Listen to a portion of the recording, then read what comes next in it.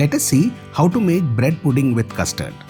For this, we would first need to begin with roasting our bread pieces. I've already cut the bread pieces into triangles and I begin with roasting it nicely in ghee until the bread turns golden brown. Once this is done, store it separately. One thing important here is to ensure they remain crispy. Next, we take in some custard powder, 2 teaspoons of it. We mix it with 1 cup of milk and stir it well until it completely dissolves in the milk.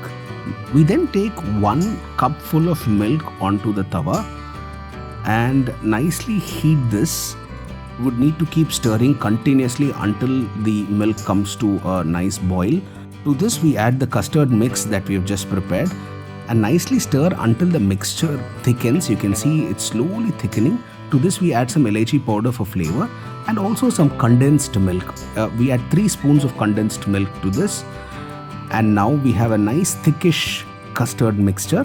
We take this in a separate bowl and to this we add our roasted bread.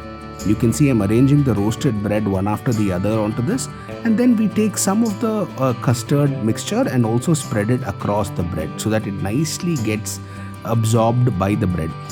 To this we add some assorted dry fruits and refrigerate it for 2 hours. Now you can see this has been refrigerated and ready to be had. The custard is nicely thickened and now the bread custard is ready to be had.